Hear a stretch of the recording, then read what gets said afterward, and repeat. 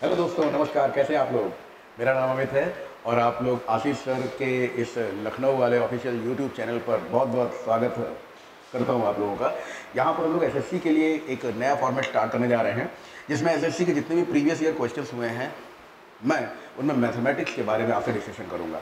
Maths जो है एक ऐसा टॉपिक है जो एसएससी वाले बच्चों के लिए हमेशा या तो फ़ायदेमंद हो जाता है, बहुत ज़्यादा फ़ायदा पहुँचा जाता है, या फिर बहुत ज़्यादा या सबसे ज़्यादा नुकसान अगर कोई पहुँचाता है तो मैथ्स है। तो मैथ्स के जो टॉपिक है, इस टॉपिक में जितने भी सारे क्वेश्चंस होंगे, वो जो आपके प्रीवियस ईयर के क्वेश्चंस होंगे, उन सबको कंपाइल करके एक साथ रखा गया है। अभी हमने जो पेपर आज उठाया है, ये आपका दिसंबर 2022 का पेपर है और इस पेपर में जो क्वेश्चंस हैं, इनके जितने भी अप्रोचेज हो सकते हैं, मेरी कोशिश रहेगी कि ज़्यादा से ज़्यादा मोस्ट प्रोबेबली आपको जितने भी तरीके हो सकते हैं, उन सारे तरीकों से आपको अवगत जरूर कराऊं। हालांकि उस क्वेश्चन को करने का जो सबसे ऑथेंटिक मेथड होगा वो वही होगा जिसमें समय कम लगता हो, क्योंकि आपको मालूम है कि एक क्वेश्चन के लिए 36 सेकंड है आपके पास और 36 सेकंड में बाकी चीज़ें तो हो जाती हैं। रीजनिंग और मैथ्स कहीं ना कहीं दिक्कत करती है, तो रीजनिंग में भी हमें थोड़ा टाइम लगता है, कुछ क्वेश्चन जल्दी हो जाते हैं, कुछ में टाइम लग जाता है, और उसी तरह से मैथमेटिक्स में कुछ क्वेश्चन देखते ही हो जाते हैं और कुछ क्वेश्चन में टाइम लगता है। ये टाइम मैनेजमेंट जो आपको करना है, इसी बारे में आप लोगों को ध्यान देता सारी चीज़ें देखते जाइए। मैथ्स में जो भी आपकी समस्याएं हैं, वो समस्याएं धीरे धीरे मैं खत्म कर दूंगा, ठीक है। ये मेरी कोशिश है। आप लोग अगर साथ देंगे तो ये सारी की सारी समस्याएं मैं अपनी ओर से पूरी करूंगा, दूर कर दूंगा सारी की सारी समस्याएं। आइए देखते हैं जरा क्वेश्चन क्या हैं। इस क्वेश्चन में पहला क्वेश्चन जैसे आपको ये पूछा गया था, क्वेश्चन क्या है मैं बता दूं आप लोगों को। यहाँ पर ये आपका जो क्वेश्चन पेपर था, उसी को क्वेश्चन पेपर से ही पावर पॉइंट स्लाइड्स बनाई गई हैं इसकी। तो जो आंसर है वो 15,000 है, बिल्कुल क्लियरली मेंशन्ड है, ठीक है भाई। अभी कैसे आया इस पर थोड़ा सा गौर कर लेते हैं। तो सिंपल इंटरेस्ट है on a certain sum for 3 years at 14% पर annum is rupees 4,200 less than, is rupees 4,200 less than, ध्यान से देखिएगा, इज रुपीज 4,200 लेस देन। तो 4,200 रुपए कम है, कोई धनराशि है, उस धनराशि पर जो ब्याज मिलता है वो ब्याज जो है वो 4,200 रुपए कम है। ध्यान रखिएगा, किससे? अगर 14% की रेट ऑफ इंटरेस्ट से 3 साल के लिए कोई पैसा दिया जाए और 14% की रेट से कोई पैसा 5 साल के लिए दिया जाए। तो यहाँ पर प्रिंसिपल रेट और टाइम का हिसाब किताब आप लोग जानते हो। सिंपल इंटरेस्ट का अगर फॉर्मूला बनाना हो तो हम कहते हैं भाई SI बराबर होता है PRT अपॉन 100। जनरली इसी तरह से हम लोग सॉल्व करते हैं और बहुत दिन से यही करते चले आ रहे हैं, कुछ नया करते हैं। नए में कुछ खास नहीं करना है आपको, केवल एक चीज पे गौर करना है कि परसेंटेज का जनरल कॉन्सेप्ट अगर लगाया जाए यहाँ पर, ध्यान से देखिएगा सभी लोग, कि अगर आपने 14% रेट ऑफ इंटरेस्ट 3 साल तक दिया तो ओवरऑल जो रेट ऑफ इंटरेस्ट पे करेंगे आप, ये रेट ऑफ इंटरेस्ट है क्या? प्रॉब्लम आती दिमाग में आता है, रेट ऑफ इंटरेस्ट क्या है? रेट ऑफ इंटरेस्ट ब्याज की दर जो होती है वो हर साल हर 100 रुपए पर देय धनराशि होती है। The amount payable on each 100 rupees per year, हर साल हर 100 रुपए पर देय धनराशि। क्या मतलब हुआ इसका? कि अगर आपने किसी से 100 रुपए कर्जा लिया है तो 1 साल बीतेगा, 100 रुपए तो बरकरार रहेगा, 14 रुपए उस पैसे का किराया दोगे आप। तो ये 14 रुपए इसलिए आप दोगे क्योंकि किसी बंदे ने आपकी हेल्प की है, 100 रुपए आपको दिए हैं, तो ये 14 रुपए आप अलग से दे रहे हो, 100 रुपए बाकी है। यानी अगर 100 रुपए के साथ में 14 दोगे तो 114 दोगे, 114% वो क्या हो गया? वो अमाउंट हो गया 1 साल के लिए। 2 साल के लिए 14 14 28, 28% हुआ इंटरेस्ट और अमाउंट 128।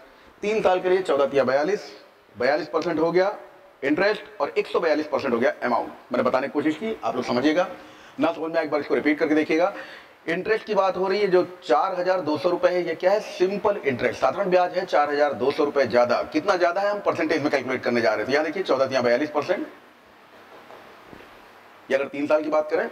और इसी तरह से भैया अगर 14% हम 5 साल की बात करें तो 14% कितना हो गया? ये हो गया 70%, 70%। अब आप देखिए कि 14% 5 साल, 14% 3 साल, ये पूरा कैलकुलेशन ना भी करें तो नॉर्मल सी बात हो सकती है कि 2 साल का डिफरेंस है और 14%, तो 2 14 दूनी 28। मैं पूरा लिख के दिखा रहा हूँ आपको समझाने के लिए। और ये आप क्या कर सकते हो? कह सकते हो कि 5 साल और 3 साल में 2 साल का अंतर है, 1 साल में 14% दिया जाता है तो 2 साल में 14 दूनी 28%, और वो ऐसे भी आएगा, क्या आएगा? 28%। ये 28% परसेंटेज में, और रुपए में यही कितना है? तो रुपए में भैया यही 4,200 रुपए है। अगर 28% 4,200 रुपए है तो आपसे पूछा है find the sum, find the sum. ये जो सम आपसे पूछा है, इस सम का मतलब क्या है? इस सम का मतलब है प्रिंसिपल, इस सम का मतलब है मूलधन। ये मूलधन आपको बताने की बात कर रहा है कि मूलधन कितना है। सम वो निकालने के लिए आपको रेट ऑफ इंटरेस्ट को 100% कर देना है। रेट ऑफ इंटरेस्ट 100% क्यों करना है, इस पर भी गौर कीजिएगा। अगर मान लीजिए हम आपसे कहें कि हर साल हर 100 रुपए पर देय धनराशि ब्याज की दर है और रेट ऑफ इंटरेस्ट 10% हो, यहां से देखिएगा भाई सभी लोग, 10% रेट ऑफ इंटरेस्ट कर्जा लिया आपने 100 रुपए, तो ब्याज स्वरूप 1 साल बाद दोगे 10 रुपए। 1 साल बाद दोगे 10 रुपए, तो 10 साल में दोगे कितना रुपए? 100 रुपए। और 100 रुपए मतलब क्या? जितना कर्जा लिया है भाई। 100% होने का मतलब प्रिंसिपल की बराबरी होना, ठीक है भाई। तो 100% मतलब प्रिंसिपल, तो 100% बराबर ये हो गया आपका 4200 बटे 28 और गुणे कितना हो जाएगा भाई? 100। ये यूनिटरी मेथड है, नॉर्मल यूनिटरी मेथड। एक बार फिर से समझिएगा इसको। क्या बताने की कोशिश की मैंने? 100% अगर 4200, 28% बराबर 4200 है, तो 1% 4200 बटे 28, तो 100% बराबर इंटू 28, ठीक है, नॉर्मल यूनिटरी मेथड। अब इसमें 14 पहाड़ा पढ़ लिया भाई, 14 तिया 42, 14 दूनी 28, 2 से काट दिया आपने, ये आ गया 5 तिहाई 15,000, जैसा कि आपको पहले लिखा हुआ था यहाँ पर।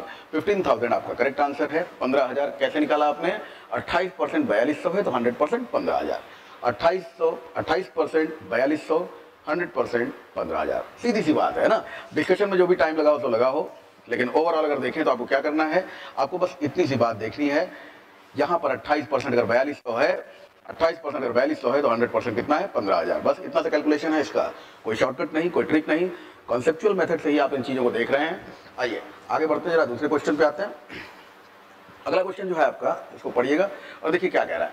अगला क्वेश्चन कह रहा है, if 450 man can finish a construction of apartment in 20 days, अगर 450 आदमी किसी अपार्टमेंट के कंस्ट्रक्शन को यानी निर्माण कार्य को 20 दिन में करते हैं, then how many man are needed to complete the same work in 30 days.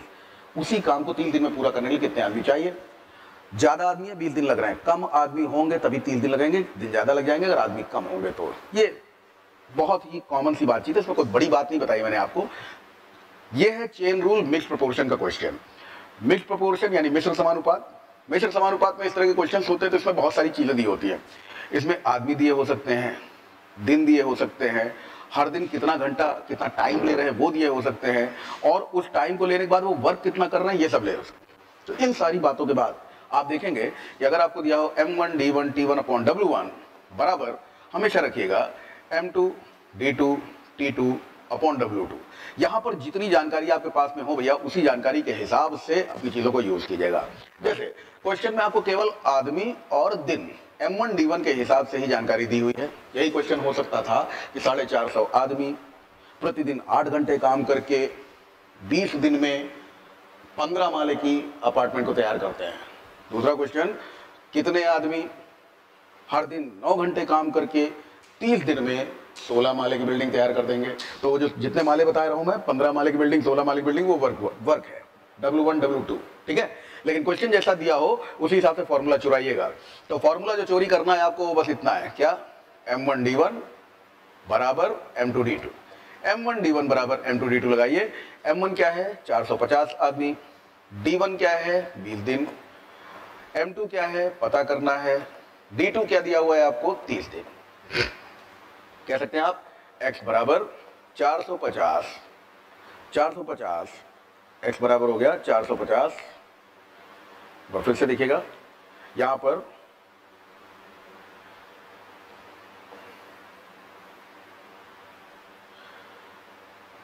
x बराबर आपको मिल गया 450 multiplied by 20 and divided by 30। देखिए मैं पूरा लिख रहा हूँ जो बिगिनर्स हैं उनके लिए, वरना जो लोग ट्रेंड हैं वो यहीं से काटते हैं भाई। 0 से 0 खत्म, 3 से 15 बार, ठीक है। तो ये खत्म हो गया 3 से 15 बार, और 15 दूनी 30, 1 0 और, यानी 300 आदमी लगेंगे जो कि 20 दिन में इसी काम को पूरा कर देंगे। आई होप ये बात आप लोगों को समझ में आई होगी। तो यहाँ पर जैसे पहले वाले क्वेश्चन में हमने कहा था परसेंटेज का जनरल कॉन्सेप्ट ध्यान रखिएगा, इस वाले क्वेश्चन में इसको ध्यान रखिएगा, ठीक है भाई। 2 क्वेश्चन हो गए आपके। तीसरे क्वेश्चन पे आइएगा।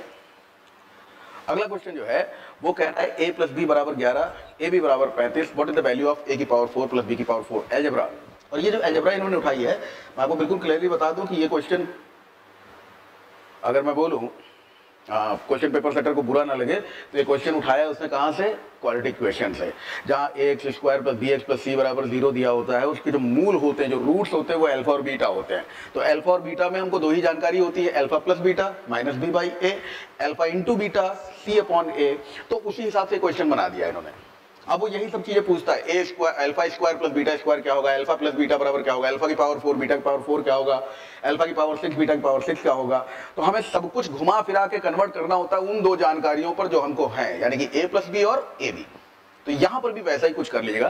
तो अगर इस हिसाब से हम लोग देखें तो क्या कर सकते हैं मैं बताता हूं आपको। अगर मैं आपसे कहूं कि अल्फा, अब अल्फा क्या करना, जब ए और बी दिया हुआ है तो हम ए और बी का यूज करते देखिएगा, है ना। तो ए और बी के हिसाब से अगर देखेंगे तो यहां पर आपको एक बात समझ में आ जाएगी कि आप ए प्लस बी का होल स्क्वायर बराबर जानते हैं A square plus B square plus 2ab। ठीक है, यहां से अगर मैं आपसे पूछूं कि A square plus B square बराबर क्या हुआ, तो आप कहोगे A plus B whole square minus 2ab। Clear हो गया होगा, है ना। अब दूसरी बात अगर मैं कहूं कि हम फिर से ए स्क्वायर प्लस बी स्क्वायर का भी होल स्क्वायर कर दें, ए स्क्वायर प्लस बी स्क्वायर का भी होल स्क्वायर कर दें, तो हमको रिजल्ट क्या मिलेगा, रिजल्ट मिलेगा ए की पावर 4 यानी ए स्क्वायर प्लस बी की पावर 4 बी स्क्वायर और प्लस 2ab यानी twice of first term a square second term b square. ठीक है भैया, इसमें से आप लोगों को निकालना क्या है, इसमें से आप लोगों को निकालना है ए की पावर 4 प्लस बी की पावर 4। देखिएगा ट्रांसपोर्टेशन खेल है, जिन बच्चों को मैथमेटिक्स में या कह दिए यूं कहीं अलजेब्रा क्लास किए हुए हैं उनको ये सारी चीजें बता रखी है पहले से। जो लोग नहीं किए वो ध्यान से देखिएगा कि ए प्लस बी की वैल्यू आपने इसलिए सब जगह पुट कर देनी है क्योंकि ए प्लस बी दिया हुआ है, और ए बी में ही रखना है क्योंकि ए बी दिया है। तो बाकी कुछ भी हो उसको चेंज करने की कोशिश कर रहे हैं हम। ए की पावर 4 प्लस बी की पावर 4, यहां से देखिए ट्रांसपोर्ट कीजिए इसको, आपको मिलेगा क्या, आपको मिलेगा ए स्क्वायर प्लस बी स्क्वायर का होल स्क्वायर।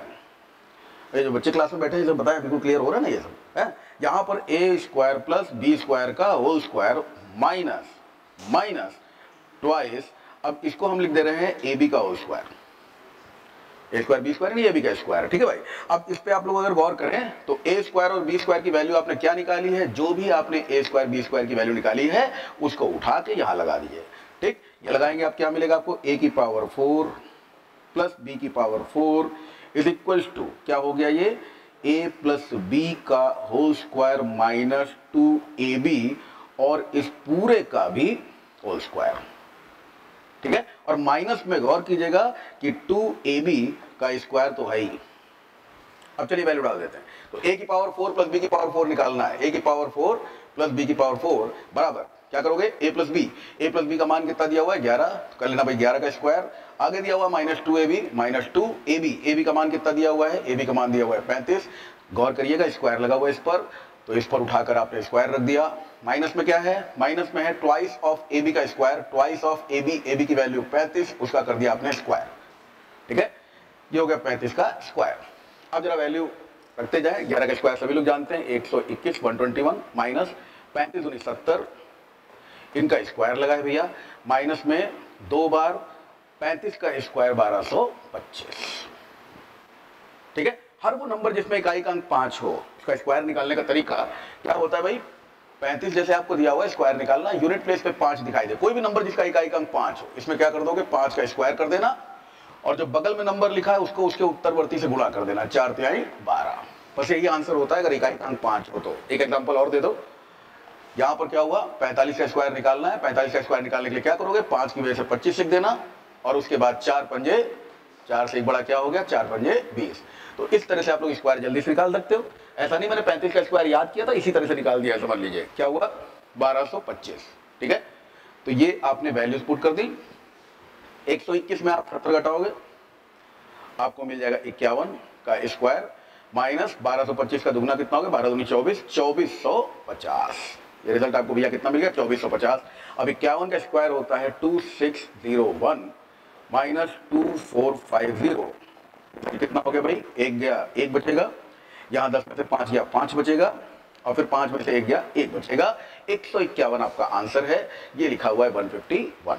आई होप ये बात आपको समझ में आएगी। देखिए लबो लुबाब ये है कि पूरी दुनियादारी में ना पढ़े आप, आपको ये बात दिमाग में तुरंत ही आ जाने चाहिए। अलजेब्रा पे जैसे जैसे प्रैक्टिस करोगे तो ये चीज डायरेक्टली पुट करोगे, ए की पावर 4 प्लस बी की पावर 4 क्या होता है, ए प्लस बी के होल स्क्वायर माइनस 2ab के स्क्वायर में twice of a b square घटा देना है। ठीक है, तो इसको ध्यान रखिएगा, सीधे वैल्यू डालेंगे आपका आंसर आपको मिल जाएगा। ये डिस्कशन था, इस वजह से मैंने पूरी बातें आपको बताई हैं। आते हैं अगले क्वेश्चन पे। चौथा क्वेश्चन देखिए क्या कह रहा है, 2 numbers are in the ratio 6:5, दो संख्याओं का अनुपात दिया है 6:5, इनका महत्तम समापवर्तक दिया हुआ है आपको। महत्तम समापवर्तक कितना दिया हुआ है भाई, 3 दिया हुआ है। लघुत्तम समापवर्त पूछा है, लघुत्तम समापवर्त पूछा है, महत्तम समापवर्तक दिया हुआ है। तो महत्तम समापवर्तक भैया 3 दिया हुआ है, इसमें बहुत ही नॉर्मल सी बात होती है, ध्यान रखिएगा कि अगर मैं आपसे कहूं कि एलसीएम होता क्या है, तो एलसीएम फुल फॉर्म नहीं, लीस्ट कॉमन मल्टीपल नहीं बताना है आप लोगों को लघुत्तम समापवर्ती नहीं बताना है, आपको ये बताना है कि एलसीएम का बेसिक देशी भाषा अगर मतलब बताऊं आपको, तो इसका बेसिक मतलब इसमें जो कॉमन हो वो और अनकॉमन जो हो उसको भी रखते हैं। आई होप कि ये बात आप लोग समझ में आ रही होगी। कॉमन और अनकॉमन दोनों को एक साथ रखने की मतलब क्या है, कॉमन जो होगा उसको भी ले लेते हैं, अनकॉमन जो होता है उसको भी ले लेते हैं, तो एलसीएम बन जाता है ना। और कॉमन क्या होता है, कॉमन होता है एचसीएफ। अनकॉमन क्या होता है, अनकॉमन वो होता है जो रेशियो निकालने के बाद बचता है। जैसे मैं आपसे कहूं कि 15 और 12, 15 और 12 में कॉमन है 3, तो आप कहोगे 3 5 15, 3 4 12, कुछ नहीं कट रहा, तो ये अनकॉमन है 5:4। उसी तरह से यहां पे अनकॉमन क्या है 6:5। तो ये जो 6 दिया है, ये जो 5 दिया है, सबको मल्टीप्लाई कर दो, देखो 6 × 18 = 25, 90, डायरेक्ट आपका आंसर आ जाएगा। इससे आसान क्या समझोगे आप, क्या करना है आपको, दोनों रेशियोज को मल्टीप्लाई कर देना एचसीएफ के साथ में, सीधे एलसीएम निकलेगा। कॉमन और अनकॉमन का कॉम्बिनेशन ही एलसीएम कहलाता है, ठीक है भाई। और इसी तरह से आपका आंसर आ जाता है। अगला क्वेश्चन देखें, समझ लीजिए इस बात को क्या बोला मैंने, है ना। इसको एक बार ना हो तो फिर से बैक मार के देख लीजिएगा एक बार, पीछे आने में कोई बुराई नहीं है, क्योंकि जब आप पीछे कदम बढ़ाते हो इसका मतलब लंबी छलांग मारने वाले हो। तो देखिएगा एक बार फिर से इसको। A container contains 25 litre of milk, from this container 5 litre of milk taken out and replaced by water, this process is further repeated 2 times. कह रहा है कि किसी पात्र में 25 लीटर दूध है, इस पात्र में से 5 लीटर दूध निकाला जाता है, फिर पानी डाल दिया जाता है, फिर 5 लीटर मिश्रण निकाला, फिर पानी डाल दिया, फिर 5 लीटर मिश्रण निकाला और फिर 5 लीटर पानी डाल दिया। टोटल प्रोसेस 3 बार हो रहा है। देखो, एक बार हुआ, 2 बार और, फर्दर रिपीटेड 2 टाइम्स, तो टोटल 3 बार हुआ। इसके लिए हम लोग एक फॉर्मूला बना लेते हैं। फॉर्मूला भैया क्या है, फॉर्मूला है A = P। देखा होगा आप लोगों ने, A = P 1 - R/100, 1 - R/P, power लगा लो N। N क्या है, नंबर ऑफ प्रोसेस। N क्या है, नंबर ऑफ प्रोसेस, जितनी बार ये प्रक्रिया हुई हो। A क्या है, वर्तमान में दूध की मात्रा जो पूछी जा रही है, how much milk is there in the container now, अब दूध की मात्रा कितनी है, ये बात आपसे पूछी गई, तो वो क्या है, वो A है। P क्या है, प्रारंभिक मात्रा। तो शुरुआत में अगर देखा जाए तो दूध कितना था, शुरुआत में बर्तन में 25 लीटर दूध था। देखिएगा 1 - हर बार जो निकाला जा रहा है वो है 5 लीटर, प्रारंभिक मात्रा, यहीं पर ये फर्क है केवल। वैसे जो फॉर्मूला हम लोगों को डेप्रिसिएशन का पता है, तो डेप्रिसिएशन अमाउंट क्या होता है, A = P 1 - R/100 power N, है ना। यही डेप्रिसिएशन वाला फॉर्मूला है, बस इस 100 के स्थान पर क्या है गया, P। तो 100 के स्थान पर P आपको पुट कर देना है। यहाँ पर P रखा, P यानी प्रारंभिक मात्रा, दूध की प्रारंभिक मात्रा थी 25, और पावर लगी है प्रक्रिया। प्रक्रिया कितनी बार दोहराई जा रही है, 3 बार। प्रक्रिया कितनी बार दोहराई जा रही है, 3 बार। काटो भैया, 5 × 5 = 25, कट गया। ये रिजल्ट आपको कितना मिल गया भाई, 25। अंदर क्या है, 5 × 5 - 1 यानी 4/5 का क्यूब। अब क्यूब निकाल लेते हैं भाई, ये हो गया 25, 4 का क्यूब हो गया 64, 5 का क्यूब हो गया 125, 25 का पहाड़ा पढ़ो, 5 बार काट दो, 64/5, 64/5 का मतलब हुआ 128/10 यानी 12.8। तो वर्तमान में दूध की मात्रा कितनी है, 12.8 लीटर। फॉर्मूला ध्यान रखना, प्रक्रिया 2 बार दोहराई जाए, पावर 2 लगाना, 4 बार दोहराई जाए, पावर 4 लगाना, दिमाग में रख लो। वैसे इसको हम लोग रेशियोज के जनरल कॉन्सेप्ट से भी कर सकते हैं। जनरली क्लास में उसमें बहुत ज़्यादा डिस्कशन हो सकता है, ऐसे पेपर डिस्कस करते टाइम बहुत सारा डिस्कशन करेंगे तो वीडियो लंबा हो जाएगा, बोर हो जाओगे आप, है ना। तो इसको यूज कीजिएगा, मोस्ट इंपॉर्टेंट क्वेश्चन है, इस तरह क्वेश्चन बार बार पूछे जाते हैं, तो ये देख लीजिए सब लोग। अगला क्वेश्चन देखते हैं, अगले क्वेश्चन पे आएंगे आप। अगला क्वेश्चन ये देखिए किस तरह दिया हुआ है, pie chart given below show the number of bikes sold by 8 different companies, the total number of bikes sold by all this 8 companies are 2000। Total जो 8 कंपनियां हैं ये बाइक बेच रही हैं। इन बाइक बेचने वाली जो कंपनियों में अगर हम बात करें तो ये बाइक बेचने वाली कंपनियों में आप देख सकते हो कि टाइप दिए हुए हैं आपको, है ना। ये टाइप कैसे दिया हुआ है, हीरो कंपनी है, सुजुकी कंपनी है, हायाबुसा है ना। महीन वाला होगा भैया इंडिया के हिसाब से। खैर चलो, अब ये देखो पाई चार्ट है, ये क्या बता रहा है आपको, 8 कंपनियां हैं। कौन कौन सी कंपनियां बेटा, नाम पढ़ लीजिएगा, PQRSTUVW, महीन वाले बाहर लिखे हुए हैं, ठीक। इनमें क्या बोला गया, number of bike sold by particular company shown as the percentage of total number of bike sold by all these 8 companies. ये प्रतिशतता में दिया हुआ है कि किस कंपनी ने इन 2000 में से कितनी बाइक्स बेची है, ठीक है। बताने की जरूरत नहीं, इन सबका सम जो होगा 100% होगा, क्योंकि पाई चार्ट पे ओवरऑल जो होता है वो 100% होता है। अगली बात समझिएगा, पूछा क्या है, what is the difference between average number of bike sold by P Q R and S.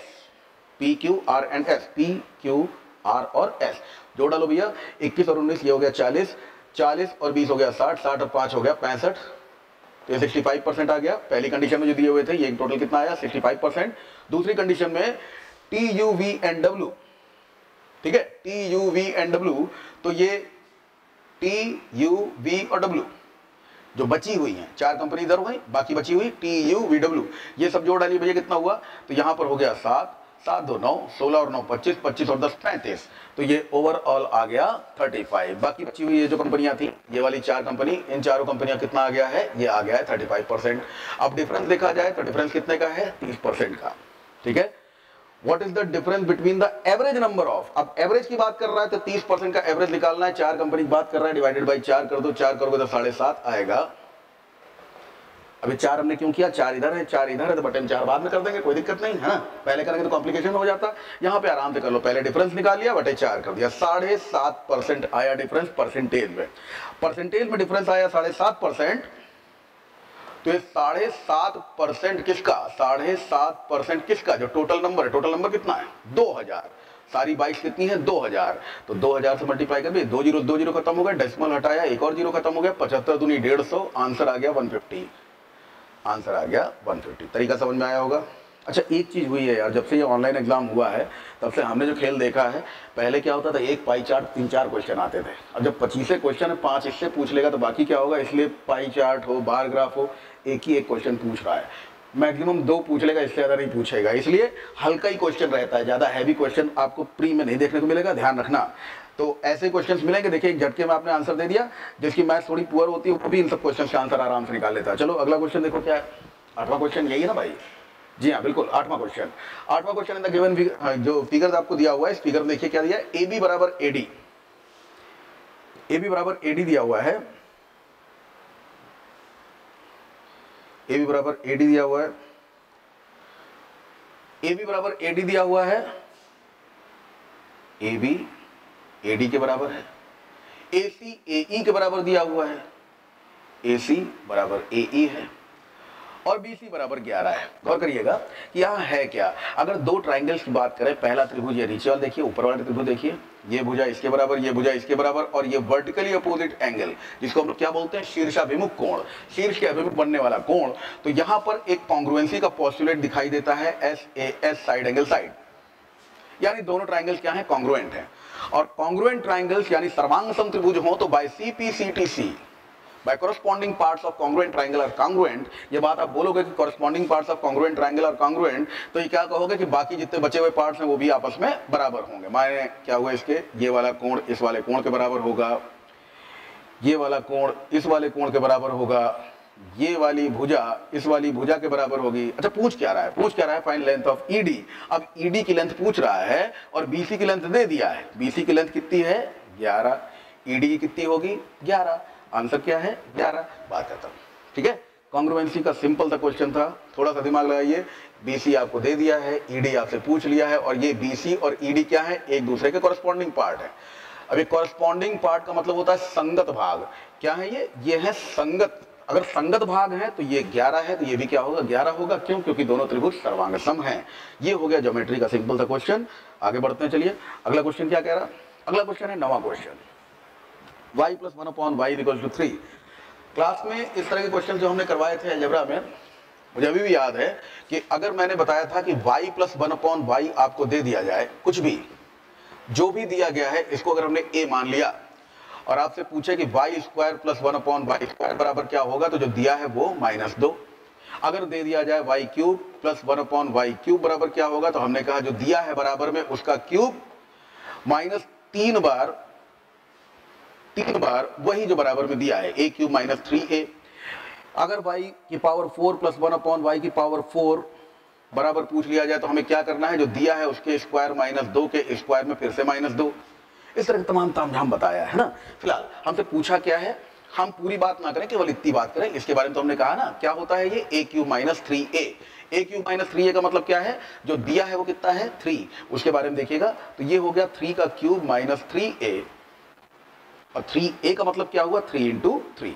तो ये 3 का क्यूब होता है 27, माइनस 3 3 9, 27 माइनस 9 हो गया 18। कितना, आपने y cube plus 1 upon y cube निकाल दिया, वो आया 18। तो अगर प्लस 2 हो तो इधर भी प्लस 2 कर दो, 18 और 2 कितना हो गया 20। आंसर क्या हो गया 20। साधारण सी बातचीत है एकदम, ये समझाने में इतना टाइम लग रहा है। अगर आप एवरेज निकालोगे कि हम उस पर्टिकुलर क्वेश्चन पे कितनी देर बात कर रहे हैं, तो मुझे लगता है किसी भी क्वेश्चन में अब तक हमने 36 सेकंड से ज्यादा का समय लिया होगा। हाँ, डिस्कशन की बात अलग है। एक अलजेब्रा वाला क्वेश्चन जो हमने बताया था कि वो क्वाड्रेटिक इक्वेशन के रूट्स के जैसा है, उसमें शायद थोड़ा सा ज्यादा टाइम लगा हो। बाकी सब में आप देख सकते हो कितना टाइम लगा। तो ऐसा क्वेश्चन निकालना है आपको, y प्लस 1 अपॉन वाई बराबर 3 दिया है, क्यूब बताया। क्यूब पूछ लेता क्या करते, 3 के क्यूब में 3 का 3 गुना कम कर देते।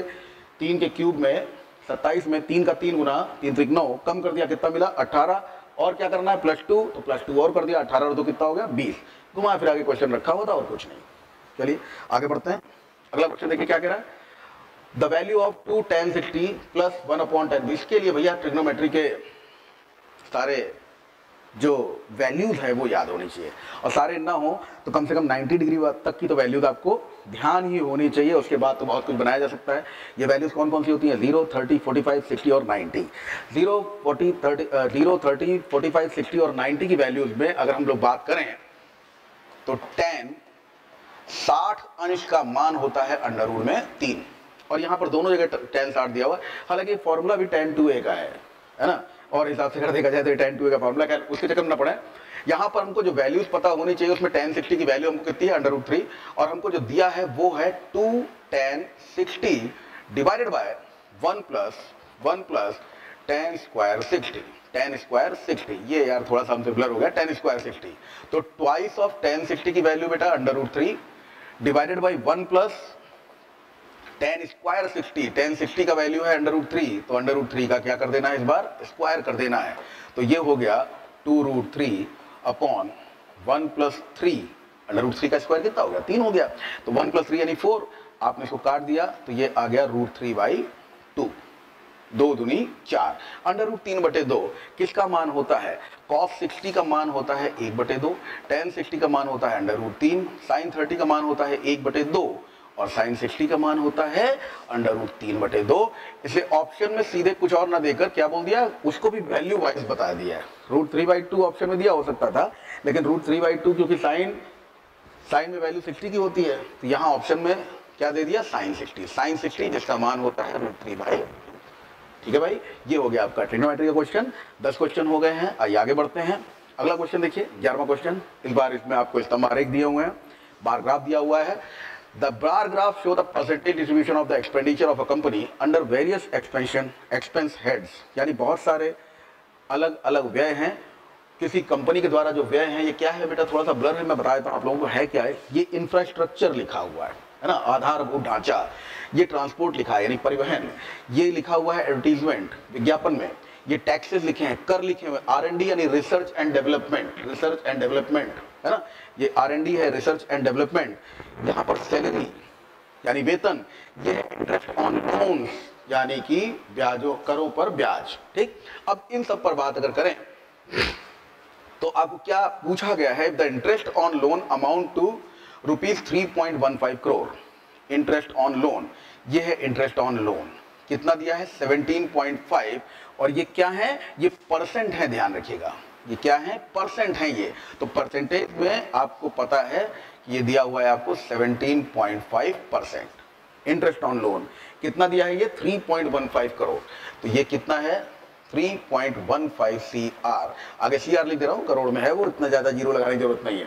Then the total amount of expenditure of salary, taxes and infrastructure. Salary 20, taxes 10, infra 20। ये टोटल कितना हो गया 20, 20, 40 और 10, 50। अगर किसी भी खर्चे का 17.5% 3.15 करोड़ है, तो उसी खर्चे का 50% कितना होगा, कहीं ना कहीं ये हमसे पूछा जा रहा है। तो ये भैया 3.15 ये 3.15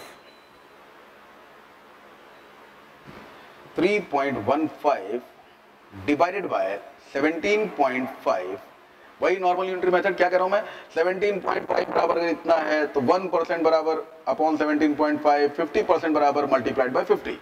और ये सब किस में है, तो ये सब करोड़ में है, ध्यान रखिएगा, सीआर में है। तो डेसिमल आपने हटाया, 2 जीरो बढ़ेंगे, 1 जीरो से 1 जीरो कट गया और दूसरा डेसिमल कट गया। ठीक है, इतनी बात समझ में आ गई होगी सभी लोगों को। यहां से दशमलव हटाएंगे तो 2 जीरो, 1 जीरो कट गया, यहां से एक और हमने दशमलव काट दिया है। तो अब आप ये देखिए कि ये रिजल्ट हमारा कितना बन रहा है। हम पहाड़ा पढ़ देते हैं 5 का, 5 तिहाई 15, 5 हम 25 और 35 का पहाड़ा पढ़ेंगे तो ये जा रहा है सीधे सीधे कितनी बार, 9 बार। तो ये 50% आपका 9 करोड़ आ रहा है, 9 CR, और ये ऑप्शन में आपका 9 करोड़, यही आंसर हो जाएगा। ठीक है भाई, तो ये 9 करोड़ हो गया। यहां पर ऐसे ही क्वेश्चन पूछे, मैंने कहा क्योंकि एक ही जानकारी पढ़ के एक ही क्वेश्चन का आंसर देना है अगर आपको, तो बहुत हैवी क्वेश्चन नहीं होगा, हल्का ही फुल्का होगा। सीधे आपने देखा कि salary, taxes and infrastructure total पूछ लिया था, किसी एक का 3.15 दिया था, वो जो एक है वो है interest on loan. Interest on loan 17.5% दिया था और टोटल आपसे 50% वैल्यू पूछ रहा है। 17.5% 3.15 है तो 50% कितना होगा, आपने कह दिया 9 करोड़ होगा। ठीक है, चलिए अगला क्वेश्चन देखिए क्या है। अगला क्वेश्चन आता है आपका, what is the value of tan to 40 degree. अरे वाह, फिर से भाई आपको वही बात बता दी गई। यहां पर देखिएगा कि अगर हम बात करें इस तरह के क्वाड्रेंट्स में, first quadrant, second quadrant, third quadrant और फोर्थ क्वाड्रेंट। ठीक है, फर्स्ट, सेकंड, थर्ड और फोर्थ, 240 कहां पहुंचेगा गौर करना। 90 फर्स्ट क्वाड्रेंट, 180 सेकंड क्वाड्रेंट और फिर थर्ड क्वाड्रेंट में एंट्री मारी इसने। कहां एंट्री मारी, थर्ड क्वाड्रेंट। थर्ड क्वाड्रेंट में एंट्री मार के कितने डिग्री का एंगल बनाया, गौर करिएगा। ये जो एंगल बना है 180 के ऊपर, ये कितना है, 60। यानी कि tan को आप क्या लिख सकते हो, tan 45, tan 240 can also be written as tan 180 plus 60। ऐसे लिखा जा सकता है भैया इसको, 180 प्लस 60। और ध्यान रखिएगा कि 180 प्लस थीटा में tan की वैल्यू tan ही रहती है, cot की cot ही रहती है, sin की sin ही रहती है, cos की cos ही रहती है, चेंज नहीं होती। 90 प्लस थीटा और 90 माइनस थीटा में sin cos में, cos sin में, tan cot में, cot tan में, sec cosec में और cosec sec में कन्वर्ट हो जाता है। ठीक है, ये कब होता है, जब 90 प्लस थीटा या 90 माइनस थीटा हो। उसके अलावा ध्यान रखिएगा कि पॉजिटिव वैल्यू कौन कौन सी है। फर्स्ट में है ऑल, पहले में सब पॉजिटिव होता है, दूसरे वाले में साइन और कॉसेक, तीसरे वाले में tan और cot पॉजिटिव रहते हैं और चौथे वाले में cos और sec पॉजिटिव रहते हैं। ये केवल पॉजिटिव वैल्यूज हमने लिखी हैं। पहले वाले में सारे पॉजिटिव, दूसरे वाले में साइन और cosec पॉजिटिव, तीसरे वाले में tan और cot पॉजिटिव। बात कर रहा है tan की, यानी कुल मिलाकर ये परिवर्तित होगा tan 60 में। और tan 60 की वैल्यू अभी थोड़ी देर पहले क्वेश्चन किया था उसमें बताई थी आपको, कितनी होती है, √3, और वो धनात्मक होगा। आंसर क्या है, √3। समझ में आ गया होगा। ठीक है, इन बातों के अलावा आगे बढ़िए। अगला क्वेश्चन देखिए, अगला क्वेश्चन, अच्छा छूट गया क्या भाई, हाँ ये रहा। और ये फिर से देखिए कोई डाटा दे रहा है आपको, ऐसा बात देखिए, कंसाइज है, आपत्ति है। अब क्या है इसमें, the table given shows the income of two companies C1 and C2 in 6 years। 6 साल में कंपनी C1 और C2 की इनकम दिखाई गई है आपको। The income of C1 in the year P is 33.33% of income of C2 in year Q। Income of C1 in year P, P कहां है, ये रहा। कंपनी कौन सी, एक्सक्यूज मी, हाँ यही वाला क्वेश्चन है। हाँ, ये कह रहा है कि जो इनकम है C1 P साल P, ये रहा पहली कंपनी C1, ये वाला जो 750 है। आपसे क्या कहने की कोशिश कर रहा है कि the income of C1 in year P is 33.33% of the income of C2 in year Q। Year Q के बारे में बात करो, साल Q कहां है, ये रहा। और कंपनी कौन सी, C2, क्या ये 250 अगर हम बताएं कि 33.33% है तो पूछ रहा है which of the following statement is not correct. कौन सा स्टेटमेंट करेक्ट नहीं है, तो कंपनी C1 की इनकम इज जो 250 है, उस 250 का अगर हम 1/3 करेंगे तो क्या हमको 750 मिलेगा क्या, उल्टा लिख दिया इन्होंने, 750 का 1/3 करोगे तो 250 मिलेगा। यहां पर क्या हुआ दिख नहीं रहा है? अच्छा इधर देखिए, कोई बात नहीं। यहाँ पर मैं कह रहा हूँ कि इन्होंने उल्टी स्टेटमेंट लिखी है। अगर 750 का 1/3 बोला होता इन्होंने तो वो 250 होता और ये करेक्ट होता, लेकिन इन्होंने उल्टा बोला। इनकम ऑफ C1 इज, जो C1 की इनकम 750 है, ये 33.33% है। किसकी? C2 की इनकम। C2 की इनकम कितनी है? 250। मैं पूछ रहा हूँ आप लोगों से, क्या 250 का 1/3 750 होगा? जवाब है नहीं। Which of the following statement is not correct? तो पहला तो करेक्ट नहीं है। दूसरे वाले पे देखिएगा, दूसरा वाला क्या है? The average income of C1 and C2 in the year T is 400. Average income of C1 and C2 in year T, year T ये रहा। सम देखो कितना है? 530 और 270। 5 2 7 8, 800 बटे 2, ये कितना है? 400। भाई ये तो स्टेटमेंट सही है ना? तो आप ईयर टी की बात कर रहे हैं, ईयर टी में ये स्टेटमेंट बिल्कुल सही है, दोनों सही है। ऑप्शन देखिए क्या दिया है? बोथ 1 and 2 क्या है? Not correct, incorrect. क्या दोनों इनकरेक्ट है? नहीं। नाइदर 1 नॉर 2, तो एक तो इनकरेक्ट है। ओनली 2 तो करेक्ट है। ऑप्शन कौन सा सही हुआ? ओनली 1। तो इनकरेक्ट स्टेटमेंट कौन सा है? ओनली 1। पहला वाला स्टेटमेंट जो है वो इनकरेक्ट है। अगले क्वेश्चन पे आइए। हाँ, अगला क्वेश्चन जो है ये 14वां क्वेश्चन आ गया। Single discount equivalent two successive discounts of 15% and 12%। बहुत ही सिंपल सी बात होती है बेटा, क्या कि अगर आपसे सिंगल डिस्काउंट के बारे में बात किया जाए तो परसेंटेज के जनरल कॉन्सेप्ट में हम लोग बातचीत करते हैं plus minus M, plus minus N. हर किताब में दिया हुआ है, ऐसा नहीं कि हम ही बातचीत करते हैं। हर किताब में फॉर्मूला आज से नहीं 15-20 साल पुरानी किताब उठा लोगे, उसमें भी दिया हुआ plus minus n plus minus n plus minus m n upon 100। Use कहां कर सकते हो वो सोचने वाली बात है, वो तुम्हारे ऊपर डिपेंड करेगा। फॉर्मूला करके दिया हुआ है ना। तो अगर क्यूमुलेटिव इंक्रीमेंट और डिक्रीमेंट की बात की जाए, उत्तरोत्तर वृद्धि और उत्तरोत्तर कमियों की बात की जाए, तो ये फॉर्मूला अप्लाई होगा। और डिस्काउंट तो मतलब क्या? उत्तरोत्तर है सक्सेसिव डिस्काउंट। उत्तरोत्तर छूट जो आपको दी है 15% और 12% की, ये किसके इक्विवेलेंट ये पूछा जा रहा है। तो कमी है, माइनस लगा दो, -15 फिर -12 माइनस प्लस। ये तीसरा साइन डिपेंड करता है इन पे, दोनों एक जैसे हो प्लस लगाना, दोनों अलग हो माइनस लगा देना, दोनों एक जैसे दिखे प्लस लगा दिया।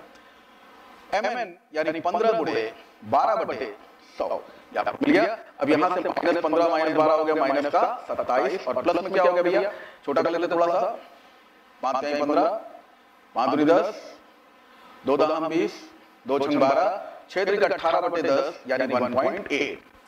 तो प्लस माइनस क्या होता है भाई? प्लस माइनस माइनस होता है, कर दिया साइन वो जो बड़े वाले के पास में है लगा दिया। 25.2 माइनस का क्यों आ रहा है? ऑप्शन में माइनस नहीं दिया हुआ, डिस्काउंट है भाई। डिस्काउंट था इसीलिए माइनस रखा, डिस्काउंट तो मिला इसलिए माइनस में मिला। ऑप्शन क्या कहेगा? 25.2%, 25.2% सीधे सीधे आंसर है। इसमें आप लोग ऐसे भी कह सकते हो कि अगर मान लीजिए 100 रुपए आपने एमआरपी माना है इसका, तो पहला डिस्काउंट जो होगा वो 15% डिस्काउंट है तो 85% काउंट कर लो। दूसरा डिस्काउंट 12% का डिस्काउंट है तो 88% काउंट कर लो। और ये काउंट करने के बाद जो आएगा भैया वो सेलिंग प्राइस होगा। बाद में उसको 100 में से घटा के लिखना, आपका आंसर यही 25.2% आएगा। ठीक है। लेकिन अगर आसानी इसमें हो रही है तो कोई बात नहीं, कोई विशेष बात नहीं, आप ऐसे भी इसको कर सकते हो। ठीक है, आगे बढ़ते हैं। अगला क्वेश्चन क्या है? अगला क्वेश्चन देखिए, अगला क्वेश्चन 15वां क्वेश्चन।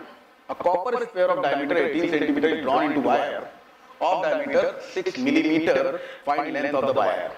कह रहा है कि एक तांबे का गोला है जिसको पीट कर एक तार खींचा गया है ना, उसको एक तार खींचा गया है। और कैसा तार खींचा गया है? जो तार खींचा गया है उस तार का आपको बताया जा रहा है डायमीटर यानी व्यास 6 मिलीमीटर है। गौर करिएगा सभी लोग कि यहां पर हम कहें तो आपको समझ में आ जाना चाहिए कि वॉल्यूम ऑफ स्फीयर, जो स्फीयर है उसी से तार खींचा गया है, तो volume of sphere is equal to volume of wire. इन दोनों के वॉल्यूम बराबर होंगे। अब वायर जो होता है, जो तार होता है वो किस शेप में होता है? उसका शेप जो होता है वो सिलिंड्रिकल होता है, बेलनाकार, है ना। ध्यान से अगर सोचोगे तो अब जैसे कोई भी तार है, पाइप है, उस पाइप को पतला करते करते सोचते चले जाओ तो जैसे ये तार है, ये तार है तो ये कैसा होगा? सिलिंड्रिकल होगा, गोल होगा। अगर इसको आप ध्यान से देखोगे, इसका क्रॉस सेक्शन देखोगे सामने से, तो आपको क्या दिखाई देगा? इस तरह से सर्कल दिखाई देगा, है ना। तो उसी सर्कल की बात आप कर सकते हो यहाँ पर। वॉल्यूम ऑफ स्फीयर कितना होता है भाई? फॉर्मूला होता है 4/3 pi are cube, pi are cube. R यानी रेडियस, रेडियस की जगह डायमीटर दिया हुआ है, व्यास दिया हुआ है 18/2 करके आप रेडियस निकाल लेना इसका और फिर कर देना क्या? क्यूब।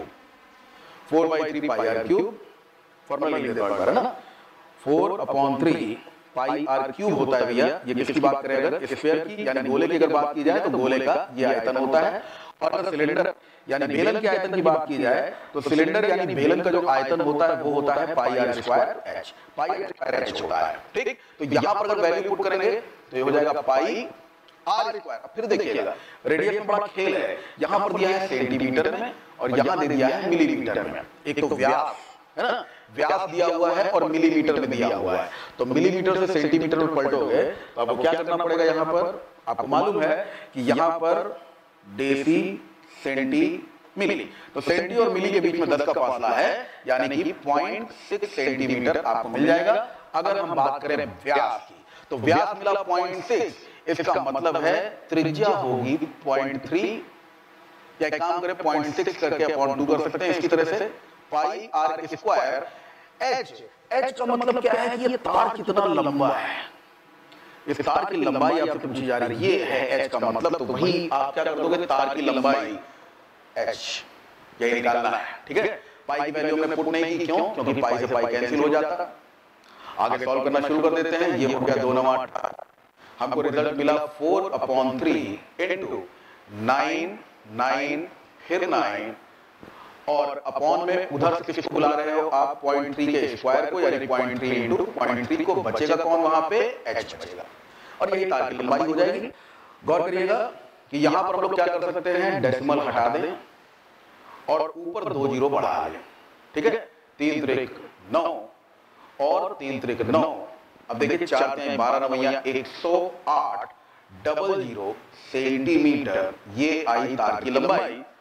अब ऑप्शन में सारे मीटर में दिए हुए हैं, 1 मीटर बराबर 100 सेंटीमीटर, तो बटे 100 कर दो, यही चीज मीटर में कन्वर्ट हो जाएगी, सेंटीमीटर हटा दो, ये कितना आ गया, एच आ गया 108 मीटर। थोड़ा समझाया ज्यादा हमने तो कह सकते हो टाइम लगा होगा इसमें, क्योंकि फॉर्मूले लिखे हैं, वैल्यूज पुट की है, मिलीमीटर और सेंटीमीटर में कन्वर्जन किए हैं, डायमीटर को रेडियस में बदला। आप डायरेक्ट भी कर सकते हो इसको, आपको खुद पता है। ठीक है, और इसको थोड़ा सा ध्यान से देखिएगा, जब कभी भी मास कंजर्वेशन वाला क्वेश्चन होगा ना तो हमेशा ध्यान रखिएगा कि एक चीज को पिघलाकर गलाकर दूसरा शेप ढाला जाता है तो दोनों के वॉल्यूम हमेशा हमको बराबर रख देने चाहिए। वही किया मैंने यहाँ पर। मेंसुरेशन का एक बहुत ही इंपॉर्टेंट सा क्वेश्चन था ये, 16वां क्वेश्चन। फिर mensuration, a solid metallic sphere of radius 13 cm is melted and recasted into cone having diameter of base as 13 cm। इस बार क्या किया गया, इस बार एक क्या है भाई, स्फीयर है, फिर से गोला है, रेडियस उसका 13 सेंटीमीटर दिया है, उसको पिघलाकर एक शंकु में ढाला गया है, और जो शंकु में ढाला गया है उसके बेस का यानी आधार का व्यास आपको दिया हुआ है 13, आधार का व्यास 13 दिया है, कोन की हाइट पूछी गई है। तो आपको मालूम है कि जो कोन का वॉल्यूम होता है, कोन यानी शंकु, शंकु का जो आयतन होता है भैया, वो आप सभी लोग जानते हो कि जितना बेलन का आयतन होता है ना पाई आर स्क्वायर एच, उसका 1/3 होता है। बेलन के आयतन का 1/3 शंकु का आयतन होता है। तो अगर शंकु के आयतन के बारे में बात करनी है तो क्या करना है, कुछ नहीं करना, बस एक सिंपल सी बात ध्यान रखनी है, यहाँ पर वॉल्यूम ऑफ स्फीयर, पिछले वाले क्वेश्चन की तरह volume of sphere is equal to volume of cone. क्यों वॉल्यूम ऑफ कोन, क्योंकि आपने गोले को ही पिघलाकर कोन बनाया है, तो गोले को पिघलाया गया और कोन बनाया गया। गोले का आयतन 4/3 पाई आर यानी 13 का क्यूब बराबर melted and recasted into a cone having diameter of base is 13। Diameter है भाई, वो व्यास दिया हुआ है, आपको व्यास दिया हुआ है, और फॉर्मूला आपको पता है 1/3 पाई रेडियस। तो हम कर दे 13/2 आर स्क्वायर एच, हाइट निकालनी है, एच गायब है, फिर से रख दिया। तो पिछले वाले क्वेश्चन के जैसा ही बिल्कुल सिमिलर वैसा ही क्वेश्चन रख दिया, पाई से पाई खत्म हो गया, 3 से 3 खत्म हो गया। इधर जो मिल रहा है आपको वो क्या है, वो है 4 13 13 फिर 13 है ना, 13 13 13 सुरूर हो गया। अब यहां से उठाइए, ये 13 का स्क्वायर आ गया डिनोमिनेटर में, 13 × 13, और ये 2 ऊपर चला जाएगा इंटू 2 × 2 बन के जो मिलेगा वो क्या होगा, वो h होगा। तो देखिए 13 से 13 खत्म हो गया। अब यहां पर आप कह सकते हो 2 3 4 4 चौक 16, 16 × 13, 16 × 13, तो 13 78, 7 ले लिया, 13 × 13 और 7 20, 208 सेंटीमीटर ये आ जाएगी हाइट। ये रही हाइट कितनी, 208 सेंटीमीटर। कॉन्सेप्ट वही है, एक चीज पहले वाले क्वेश्चन में था, स्फीयर था, पीट कर एक तार बना दिया गया, पीट के लोहे एक चद्दर बना दी जाए, उसको मेल्ट कर दिया जाए, गला दिया जाए, रिकास्ट कर दिया जाए किसी और शेप में, वॉल्यूम चेंज नहीं होगा, वॉल्यूम उतना ही रहेगा, हाँ शेप बदल जाएगा तो फॉर्मूला बदल जाएगा। ठीक है भाई, आगे आते हैं अगले क्वेश्चन पे। क्वेश्चन हो गया आपका 16। 17वां क्वेश्चन देखिए भाई, 17वां क्वेश्चन कह रहा है tan theta plus sec theta बराबर 7, then the value of 5 sin theta. 5 बार sin थीटा की वैल्यू आपको निकालनी है अगर आपको tan थीटा और sec थीटा बराबर 7 दिया हुआ है तो। बहुत सारे तरीके हो सकते हैं, कौन सा तरीका उठाएं ये सोचने वाली बात है। एक मिनट, ये वाला क्वेश्चन था है ना भाई। हाँ, तो अब देखिए कौन सा तरीका उठाएं, इसमें बहुत सारे तरीके ले सकते हैं हम लोग। एक तरीका तो ये देखिए आप लोग जरा, tan sec square theta, sec square theta minus tan square theta बराबर होता है 1। ठीक है, sec स्क्वायर थीटा बराबर माइनस tan स्क्वायर थीटा बराबर 1 होता है, और sec theta plus tan theta और into sec theta minus tan theta, ये बराबर हो गया हमारा 1। ये कहां से आया, a square minus b square यानी a plus b a minus b. tan theta और sec थीटा की वैल्यू आपको कितनी दी हुई है, 7 दी हुई है। आप कह सकते हो कि अगर हम sec theta minus tan theta बराबर कहें तो ये 1/7 होगा। ठीक है भाई, अब इसके बाद देखिए sec theta minus tan theta बराबर हो गया 1/7, और sec theta plus tan theta कितना हो गया वो आपको दिया हुआ है, sec theta plus tan theta minus tan theta बराबर आपने 1/7 कर दिया, इस 7 को उधर भेज दिया है भाई। ठीक है, और sec theta plus tan theta ये बराबर आपको दिया हुआ है 7। अगर हम इन इक्वेशंस को दे जोड़ तो ये खत्म हो गया। 2 बार sec थीटा, और भी तरीके हो सकते हैं, मैं ये नहीं कह रहा हूं यही तरीका है। 2 बार tan थीटा अगर आप निकालेंगे तो 7 7 49 और 1 50/7 आपको मिल जाएगा। ठीक है, तो आपने ऐड कर दिया 1/7, 7 सही 1/7 कितना हो गया, 7 7 49 और 1 50, 50/7 ट्वाइस ऑफ sec थीटा। यानी sec थीटा का मान आपको भैया कितना मिल गया, sec थीटा बराबर आपको मिल गया 2 से 25 बार 25/7। अब ऐसे sec थीटा होता क्या है, sec थीटा बराबर होता है, देख सकते हैं आप लोग, पंडित बद्री प्रसाद हर हर बोले। यहां पर आती है sec की पोजीशन cot, ये sin cos tan cot sec cosec, तो sec होता है हाइपोटेन्यूज अपॉन बेस। तो हाइपोटेन्यूज 25 है, बेस 7 है, और आपको पूछा गया है साइन का वैल्यू। तो साइन के लिए आपको क्या चाहिए, आपको मालूम है, यहां पर आपको हाइपोटेन्यूज का स्क्वायर बराबर परपेंडिकुलर का स्क्वायर प्लस बेस का स्क्वायर पता है फॉर्मूला, और इस तरह का बेस आपको पता है, क्या क्या पता है, हाइपोटेन्यूज और बेस पता है। तो हाइपोटेन्यूज कितना हो गया भाई, 25 का स्क्वायर माइनस बेस यानी 7 का स्क्वायर बराबर परपेंडिकुलर का स्क्वायर, ये पाइथागोरस थ्योरम से लगता है। 625 माइनस 7 7 49 आपने किया, रिजल्ट कितना मिला, p स्क्वायर। देखिए यहां पर अगर हम लोग सब्ट्रैक्ट कर दें तो हमारे पास में व्यवस्था क्या बन गई, ये हमको रिजल्ट मिल गया 15, 15 में से 9 गए 9 6 15, 9 6 15,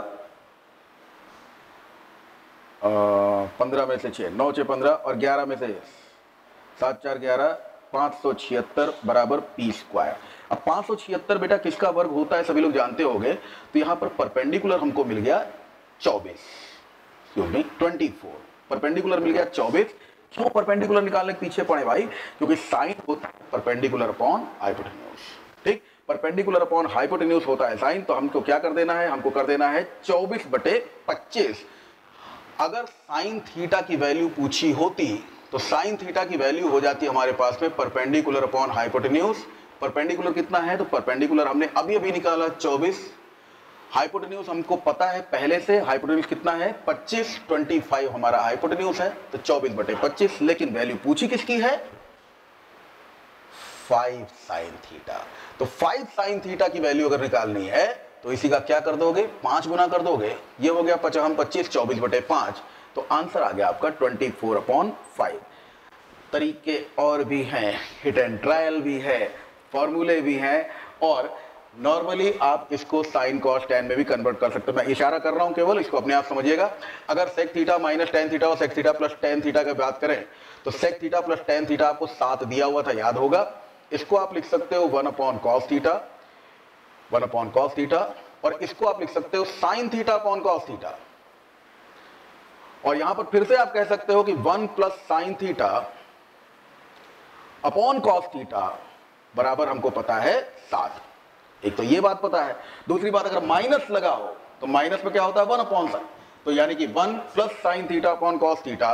दूसरी बात अगर करें तो आपको पता है 1 minus sine theta upon cos theta. बहुत सारे तरीके हो सकते हैं भाई, ये कितना है, ये है 1 अपॉन 7, ठीक है। अब अगर हम इन दोनों को भैया डिवाइड कर दें तो आप लोगों को मालूम है कॉस थीटा से कॉस थीटा खत्म हो जाएगा, 1 plus sine theta upon 1 minus theta बराबर हो जाएगा 7 7 49, ठीक है। और क्रॉस मल्टीप्लाई जब आप करेंगे तो 1 प्लस साइन थीटा बराबर हो जाएगा 49 माइनस 49 साइन थीटा, ठीक। अब इकट्ठा कर लोगे तो 50 साइन थीटा बराबर 48, तो साइन थीटा बराबर 48/50, 48/50 का मतलब 24/25, और 5 साइन थीटा का मतलब, ये कुछ भाई दिक्कत कर रहा है, 5 साइन थीटा का मतलब इंटू 5 कर दो, 50 25, फिर से आ गया 24/5। दूसरा तरीका, बहुत तरीके हो सकते हैं भैया, है ना। ट्रिग्नोमेट्री में तो आप जिस रास्ते पे बढ़ रहे हो बढ़ जाना, आंसर मिलेगा, डेफिनेटली आंसर मिलेगा, ठीक है। तो ये भी हो सकता है दूसरा तरीका, इधर से निकल रहा ये वाला, इस तरीके से भी आप आगे बढ़ गए और आपको आंसर मिल गया। दूसरा ये लिखा था जनरल ए माइनस बी, एल्जेब्राइकली देखा जाए तो उस तरह से भी आपको आंसर मिल गया। कितना हो गया क्वेश्चन, क्वेश्चन हो गया 17। आते हैं अगले क्वेश्चन पे, 18वां क्वेश्चन देखिए।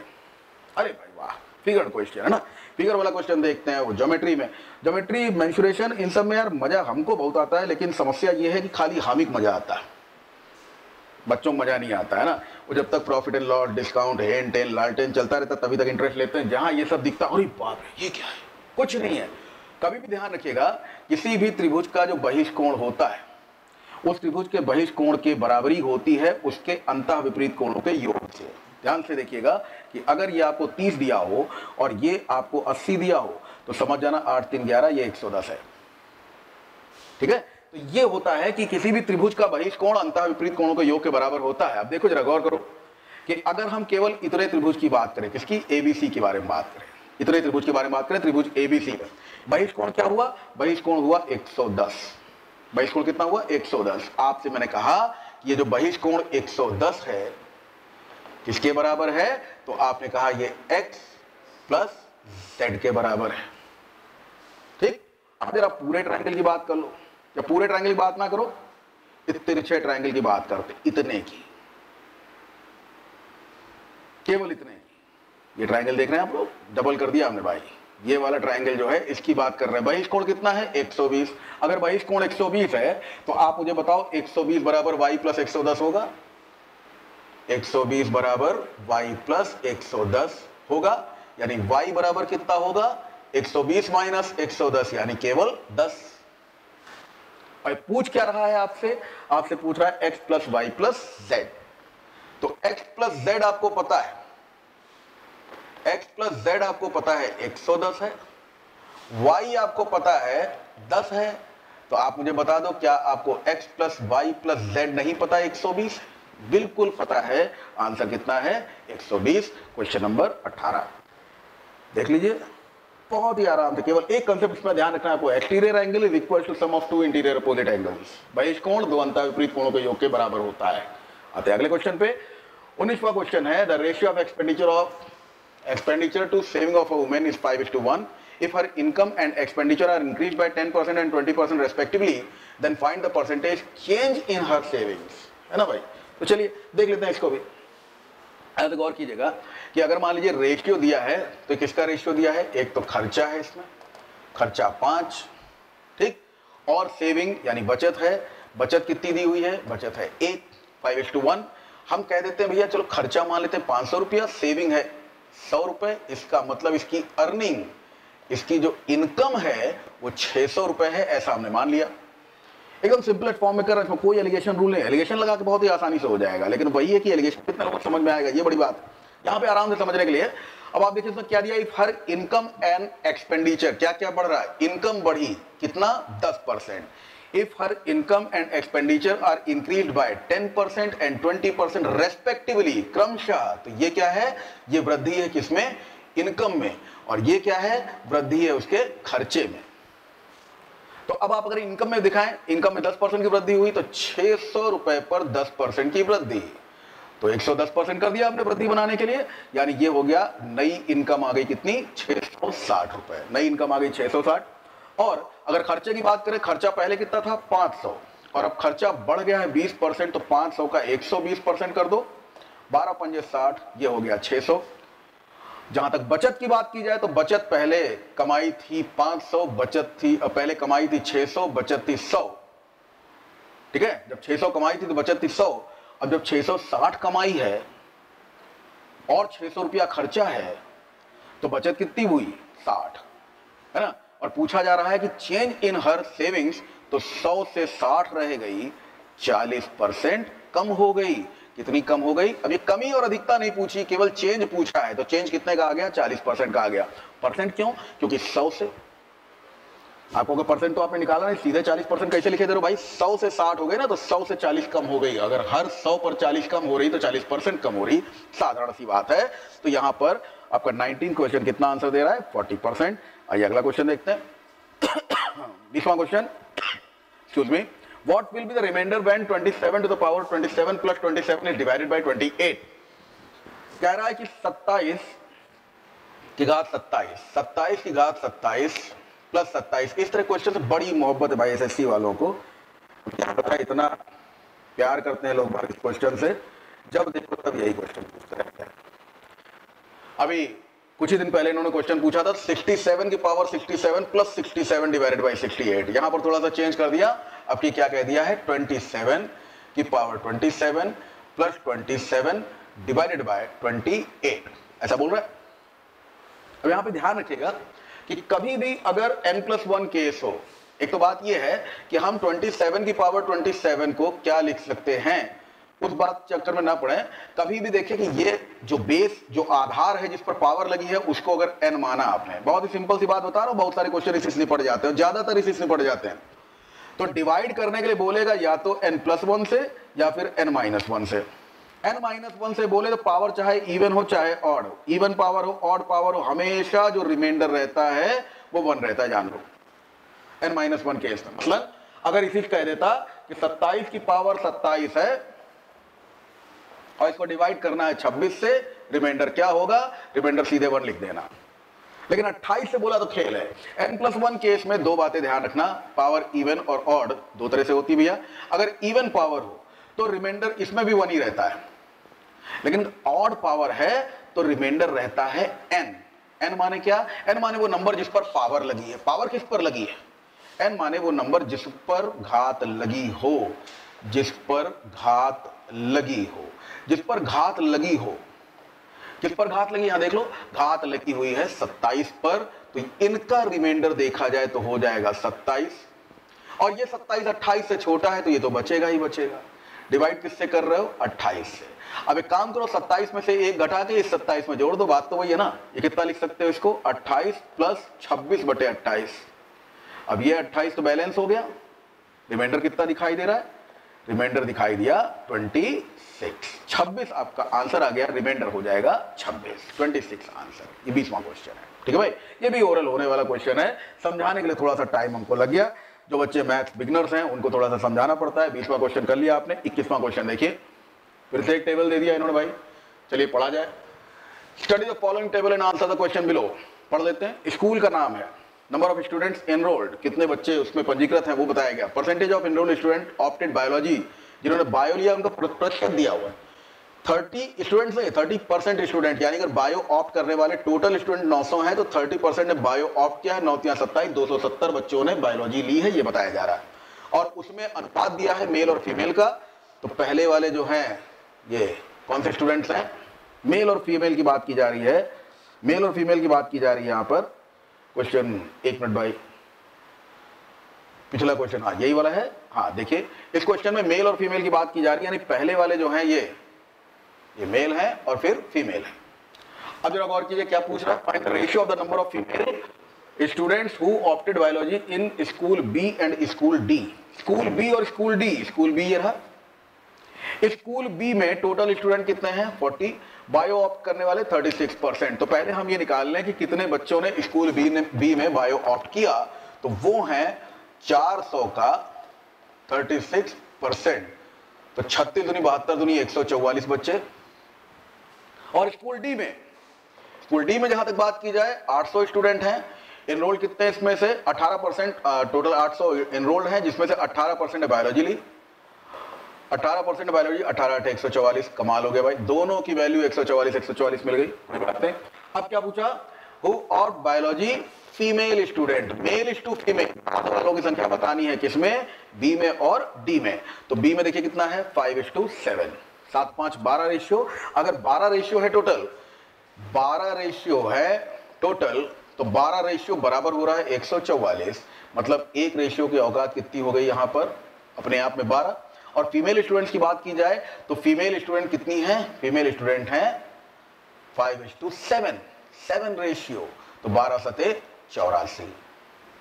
ठीक है, पहले वाली बात क्या आ गई, 12 सते 84। दूसरे वाले में देखिए 144 स्टूडेंट हैं डी में, और 3 और 9, 9 3 12, फिर से वही बात आ गई भाई, 12 रेशियो बराबर 144, तो एक रेशियो का मतलब क्या हुआ, एक रेशियो का मतलब हुआ 12, और इस तरह से 9 रेशियो का मतलब क्या हो गया, 9 रेशियो का मतलब हो गया 9 रेशियो का मतलब हो गया 12 9 108। ठीक है, अब फिर हम 84 और 108 का अनुपात निकालें, या एक चीज समझ लें, जब ये दोनों संख्याएं, ध्यान से देखिएगा भैया मैं क्या कह रहा हूं कि बी की संख्या कितनी दी है 144, डी की संख्या कितनी दी है 144, फीमेल कैंडिडेट्स का रेशियो बताना है, तो इधर फीमेल का रेशियो कितना है, नंबर कितना है 7, और इधर कितना है 9, आंसर है 7:9, सीधे निकाल लेना। सिर्फ इस बात को ध्यान रखते हुए कि ये दोनों संख्याएं बराबर है, नहीं तो जब आप 84 और 108 का रेशियो निकालोगे तब भी वही चीज आ जाएगी, 12 9 108, 12 सते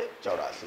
लेकिन कैलकुलेशन ज्यादा है, यहां पर मैं सीधे उठाया, 7 इधर से 9 इधर से, 7:9 आंसर। क्यों, क्योंकि दोनों संख्याएं बराबर हैं तभी होगा ये, नहीं तो फिर गड़बड़ हो जाएगी। ऐसे हमेशा मत कर दीजिएगा, बाद में हमारा नाम लीजिए फलाने पढ़ा इन था। ठीक है, ये आ गया आपका अगला क्वेश्चन, 22वां question. In triangle ABC the bisector of angle BAC cuts the line BC at D. क्या कह रहा है, एक कोई त्रिभुज है, उस त्रिभुज एबीसी में एंगल बीएसी का, ध्यान से देखिएगा फिगर क्वेश्चन है, देख लेते हैं इसको, समझ लेते हैं। एक त्रिभुज एबीसी में angle BAC, excuse me, angle BAC का बाइसेक्टर, ये जो आप देख रहे हैं, इसने क्या किया है, इसने बीसी को कहां पर मिला है, ये डी पर, बीसी को कहां पर आकर मिला है, ये डी पर, बीसी को डी पर लाकर मिला। अब क्या आपको दिया हुआ है, बीडी बराबर 6 दिया हुआ है, ध्यान से देखिएगा, बीडी ये लेंथ है, ये 6 दी हुई है आपको, और उसके अलावा आपको दिया बीसी 14, बीसी यानी पूरा 14 दिया हुआ, इतना 6 है, तो अगर पूरा 14 है तो इतना बचा हुआ कितना होगा, ये 8 हो जाएगा। ठीक है, अब ध्यान रखिएगा कि अगर एंगुलर बाइसेक्टर का केस हो तो ये वाला हिस्सा इस वाले हिस्से से और ये वाला हिस्सा इस वाले हिस्से से बराबर नहीं है, बराबर नहीं है, एक्सक्यूज मी,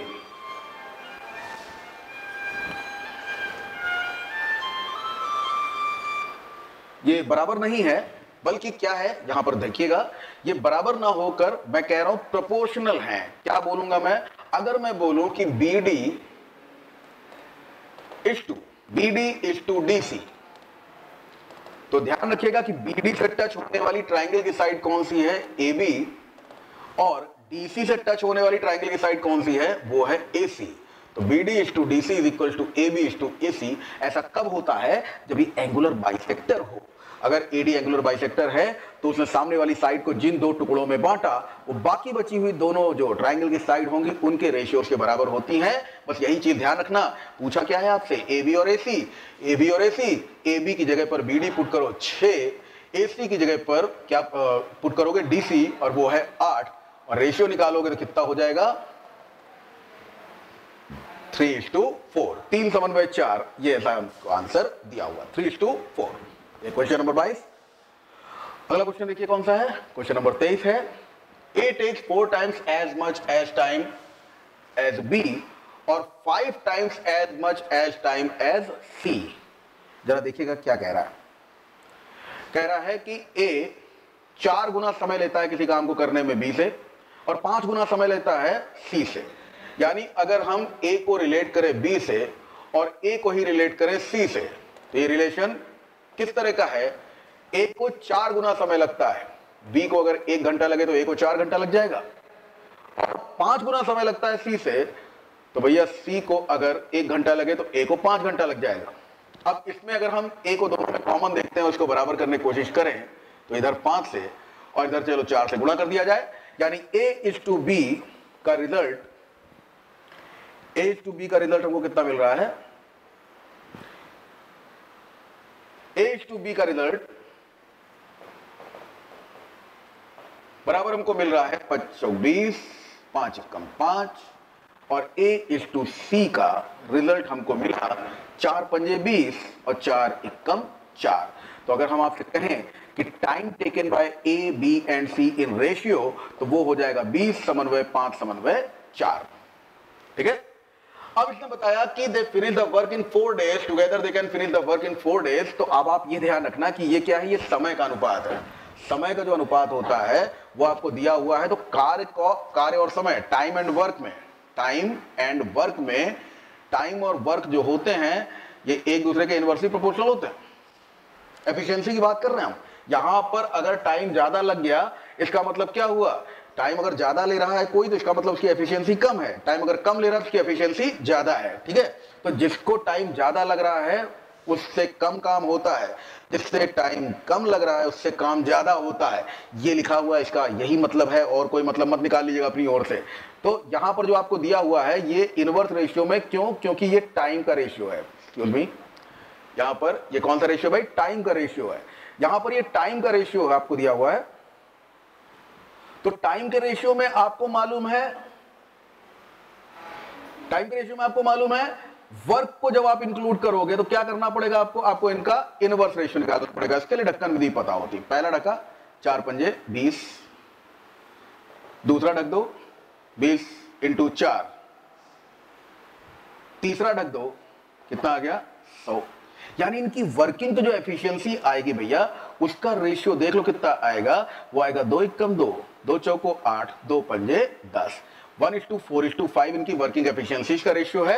अब आपसे कहा जा रहा है together they can finish the work in 4 days. सब मिलकर किसी काम को 4 दिन में पूरा करते हैं। अगर सबको 4 दिन में मिला के काम करवा लो तो 5, 4, 9 और 1 10 कुल्हड़ ये लोग बनाते हैं, और 4 दिन तक बनाते हैं तो टोटल काम हो गया। ये काम है। ए 1 कुल्हड़ बनाता है तो बी 4 बना सकता है, बी सी 5 बना सकता है। और इस हिसाब से देखोगे तो 10, 4, 10 और 4 के हिसाब से समझो 10 और 4 हो गया, 10 इंटू 4 40, ये टोटल काम हो गया। बी किस काम को कितने दिन में अकेले कर लेगा? बी कौन है? ये रहा, है ना।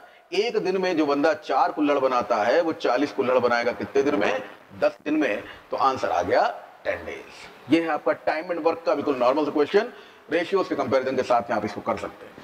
तरीके यही नहीं है, मैं बार बार रिपीट कर रहा हूं, यही तरीके नहीं, तरीके और भी हैं। आप इस तरीके से समझने में और समझाने में आसानी होती है, इसलिए पूरी बात बताइए आपको। आइए अगला question. A swimmer swims from a point P against the current, against the current मतलब ऊर्ध्व प्रवाह, ऊर्ध्व प्रवाह मतलब upstream, against the current for 6 minute and then swim back along the current for 6 minute, next 6 minute. अच्छा, यहां पर देखिएगा, ये बहुत बढ़िया क्वेश्चन है भाई, बहुत बढ़िया क्वेश्चन है, रिपीटेड है, लेकिन पहले एक बार मेंस में पूछा जा चुका है, इधर प्री में पूछ लिया, बहुत अच्छी बात। देखिए, अगर कोई पॉइंट P है, ध्यान से समझिएगा, पॉइंट P है, अगर ये कोई पॉइंट P है, यहां से कोई बंदा, आप देखो कितने मिनट तक तैरता है? 6 मिनट तक। P है, Q है, चलो R मान लेते हैं इसको, R तक।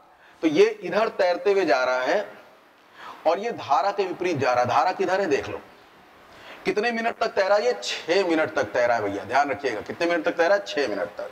ठीक, तो ऐसा मान लेते हैं कि ये जितनी दूर गया, ये डिस्टेंस पूरा यहां से यहां तक का ये x मीटर है। कितना है? x मीटर, ऐसा मान लीजिएगा। 6 मिनट अगर धारा के विपरीत गया है तो R पहुंचा, और अगर फिर से लौटे तो धारा का साथ मिलेगा, और 6 मिनट तक अगर ये तैर लिया तो ये समझ लीजिएगा आगे निकल जाएगा। ये P पर नहीं रुकेगा, 6 मिनट तैरेगा मतलब P से आगे निकल जाएगा। Q पॉइंट कहां होगा? यहां कहीं होगा। और अब देखिए क्या कह रहा है, A swimmer swims from a point P against the current for 6 minutes, then swim back along the current for next 6 minutes। तो अगले 6 मिनट तक ये पहुंच जाएगा कहां? Reaches at point Q, Q लिखा हुआ, ठीक। If the distance between P and Q, तो P और Q के बीच में दूरी, ये बच्चे क्वेश्चन समझ ही नहीं पाते, पूछ क्या रहा, P और Q के बीच की दूरी, ये वाली दूरी जो है ये 120 है, और ध्यान रखना कि ये दूरी जो है ये x हमने मानी है, ये 120 मीटर दी है, ये x मीटर मानी है, दोनों मीटर मीटर में है, कोई फर्क नहीं। Then speed of current in kilometer per hour, हमको धारा की चाल बतानी है किलोमीटर प्रति घंटे में। अभी हम लोग पहले मीटर प्रति घंटे में निकाल लें, बाद में किलोमीटर प्रति घंटे में कन्वर्ट कर लेंगे। बड़े आराम से समझिएगा इस चीज को। पहली बात, time is equal to distance upon speed. Distance हमने पहली बार देखिए कौन सा, वो जो 6 मिनट में डिस्टेंस ट्रेवल कर रहा वो है PR, ठीक है। तो वो time is equal to distance upon speed अगर फॉर्मूला लगाओगे तो डिस्टेंस कौन सा है, तो डिस्टेंस, एक काम करिएगा कि अप स्ट्रीम की स्पीड और डाउन स्ट्रीम की स्पीड, अप स्ट्रीम की स्पीड मान लेते हैं A किलोमीटर पर आवर, और डाउन स्ट्रीम की जो स्पीड है इसको मान लेते हैं B किलोमीटर पर आवर, ठीक है भाई। तो A किलोमीटर पर आवर और B, तो पहले A गया अप स्ट्रीम, या अप स्ट्रीम गया हुआ है धारा के विपरीत ऊर्ध्व प्रवाह, against the current, against the current गया 6 मिनट तक, तो time is equal to distance upon speed, distance है PR, स्पीड हमने मान ली है A, टाइम कितना लगा 6 मिनट। ध्यान देखिएगा, PR का मतलब हमने PR को क्या माना था, x अपॉन A बराबर 6/60 हमने घंटे में कन्वर्ट करने के लिए कर दिया, और इस चेंजमेंट के बाद हमको फायदा क्या मिलेगा, 6 कम 6, 6 दाम 60, क्रॉस मल्टीप्लाई कर लो, A बराबर 10x। इतनी बात सबको समझ में आ गई होगी। बहुत बढ़िया क्वेश्चन है, बड़ा लेवल्ड क्वेश्चन है, ध्यान रखिएगा। इतनी देर में हमको 24वां क्वेश्चन लगा, थोड़ा हाँ गहराई वाला क्वेश्चन मिला हमें। अब देखिए अगली बात अगर करें, दूसरा वाला 6 मिनट में क्या हुआ, दूसरे वाले 6 मिनट में जब ये स्ट्रीम की तरफ अनुप्रवाह जिसको कहते हैं डाउन स्ट्रीम 6 मिनट तक अगर चला तो इसने कितना डिस्टेंस ट्रेवल कर लिया, तब इसने डिस्टेंस ट्रेवल किया RQ। समझ में आ रहा होगा सब लोगों को, RQ डिस्टेंस ट्रेवल किया है इसने, RQ डिस्टेंस ट्रेवल किया, डाउन स्ट्रीम B स्पीड मानी, वहां पे देखो डाउन स्ट्रीम की स्पीड हमने B किलोमीटर पर आवर लिखी हुई है, वो आशीष क्लासेस लखनऊ के बगल में लिखा हुआ है B किलोमीटर पर आवर। अब ये कितना है, ये भी 6 मिनट है, बटे में इसको भी हमने 60 कर दिया, ठीक है। RQ की लेंथ कितनी होगी, देखो R है x plus 120, x plus 120 upon B बराबर 1/10, का है 1/10, फिर से काट दिया और का है, ठीक है। अब क्रॉस मल्टीप्लाई कर लीजिए इसको, क्रॉस मल्टीप्लाई करने पर आपको क्या मिल रहा है, आपको मिल रहा है 10x प्लस 120 इंटू 10 यानी 1200 बराबर B। और 10x का मतलब क्या है, 10x का मतलब है A, डाल दो यहां पे, यानी A इधर से बुलाओ B को, बराबर 1200, B minus A, excuse me, इसको B माइनस A कर लीजिएगा भाई। ये कितना है, ये B माइनस A है, B minus A, B minus A बराबर 1200, उधर भेज रहे हैं हम, B माइनस A बराबर हो गया 1200, B माइनस A बराबर 1200। अच्छा, B माइनस A का मतलब क्या है, देखिए शांत जल में मनुष्य की चाल और धारा की चाल फार्मूला होता है, अप स्ट्रीम की स्पीड और डाउन स्ट्रीम की जो स्पीड होती है, इनको जोड़कर बटे 2 कर दो तो शांत जल में मनुष्य की चाल मिलती है, और डाउन स्ट्रीम की स्पीड और अप स्ट्रीम की स्पीड का डिफरेंस निकालकर बटे 2 कर दोगे तो धारा की चाल होती है। ये क्या होती है, धारा की चाल। और आपने क्या क्या माना जरा गौर कीजिएगा, धारा की चाल जो डाउन स्ट्रीम की स्पीड और अप स्ट्रीम की speed divided by 2, down stream की स्पीड आपने B मानी है, अप स्ट्रीम की स्पीड A मानी है, तो ये क्या आ गई, ये धारा की चाल कब, अगर बटे 2 कर दो, तो बटे 2 कर दो भैया, B माइनस A बटे 2 यानी 1200 बटे 2 यानी 600 metre per hour, 600 metre per hour यानी 0.6 kilometre per our, 0.6 kilometre per our, ये आपका आंसर आ गया। सबसे बढ़िया क्वेश्चन है अभी तक का, है ना। देख लीजिए इसको, अगर चाहेंगे तो इसका स्क्रीनशॉट ले लीजिएगा। लास्ट क्वेश्चन करने जा रहे हैं आज का, और वो क्वेश्चन कौन सा है देख लीजिए, स्क्रीनशॉट मारना हो तो मार दीजिएगा। 25वां क्वेश्चन आ गया आपके सामने। कैसे भाई ये question, profit and loss. Kapil sells a mobile to Sachin at a gain of 15% and Sachin again sells it to Rohit at a profit of 12% gain, profit एक ही बात है ना। तो कपिल ने क्या किया, एक मोबाइल बेचा सचिन को, 15% का लाभ कमाया, सचिन ने फिर से इसको बेच दिया रोहित को, 12% का लाभ कमाया, लाभ पे लाभ होता जा रहा है। और रोहित ने पे कितना किया भाई, यहां देखिएगा, मोबाइल कहां से, कपिल से पहुंचा किसके पास, कपिल से पहुंचा सचिन के पास, कितने परसेंट प्रॉफिट के साथ, 15% प्रॉफिट के साथ। फिर सचिन से पहुंचा किसके पास, सचिन से पहुंचा रोहित के पास, और कितने परसेंट प्रॉफिट के साथ, 12% प्रॉफिट के साथ। ये दोनों प्रॉफिट हैं, ध्यान रखिएगा, प्लस लगा दिया मैंने। तो यहां पर रोहित ने पे किया कितना, 322 रुपए। बाद में पूछा जा रहा है cost price of the mobile for Kapil. Kapil भैया कहीं से लाए होंगे, कितने का खरीदन था, ये पूछा जा रहा है। तो मान लेते हैं कपिल के लिए कॉस्ट प्राइस अगर x है, तो इन्होंने जब सचिन को दिया तो 15% बढ़ाकर यानी 115/100 में, सचिन 115/100 इतने में खरीद पाए। तो अब ये प्रॉफिट इसके ऊपर कमाएंगे यानी 112/100। और इस तरह से एक्सक्यूज मी, रोहित को मिला ये मोबाइल कितने का भैया, 322 का। So x will be equal to 322 multiplied by 100 into 100 and then divided by 115 into 112। ठीक है भाई, काट पीट के थोड़ा छोटा कर लिया जाए। पहला पहाड़ा 5 का पढ़ लीजिए, 5 का पहाड़ा पढ़ लीजिए, 5 दूनी 10, जीरो लगा दिया, 5 दूनी 10, 5 तिहाई 15। आगे फिर पहाड़ा पढ़ लेते हैं, 2 एकम 2, 2 छंग 12, 2 एकम 2, और ये हो गया 2 पंजे 10, 2 छंग 12। फिर पहाड़ा पढ़ लीजिए 4 का, तो 4 पंजे 20, 14 चौको 56। 7 का पहाड़ा पढ़ लेते हैं, 7 दूनी 14, 7 दूनी 14, 7 तिया 21, 23 से 23 खत्म, और इस 2 से 5 कितने आराम से मैंने काटा, ये हो गया हमारा 250 रुपए। मोबाइल कितने का है, 250 रुपए का, ये दिया हुआ है 250 रुपए। ये आपको 25 क्वेश्चन किए मैंने। ठीक है, इन क्वेश्चन पर जो जो अप्रोचेज आपने सीखे हो उन पर गौर कीजिएगा, ध्यान दीजिएगा।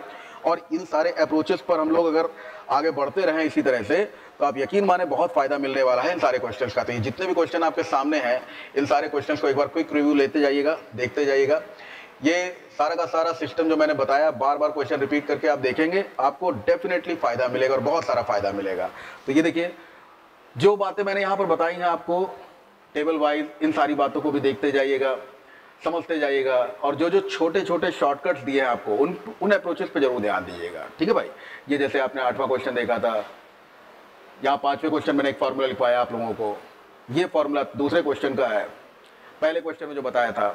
इस तरह से आपका पूरा सिस्टम, कर्मचारी चयन आयोग की जो परीक्षा हुई थी आपके CGL कंबाइंड ग्रेजुएट लेवल, उसमें जो दिसंबर 2022 में क्वेश्चन पेपर था, उसका एक पेपर उठाया मैंने।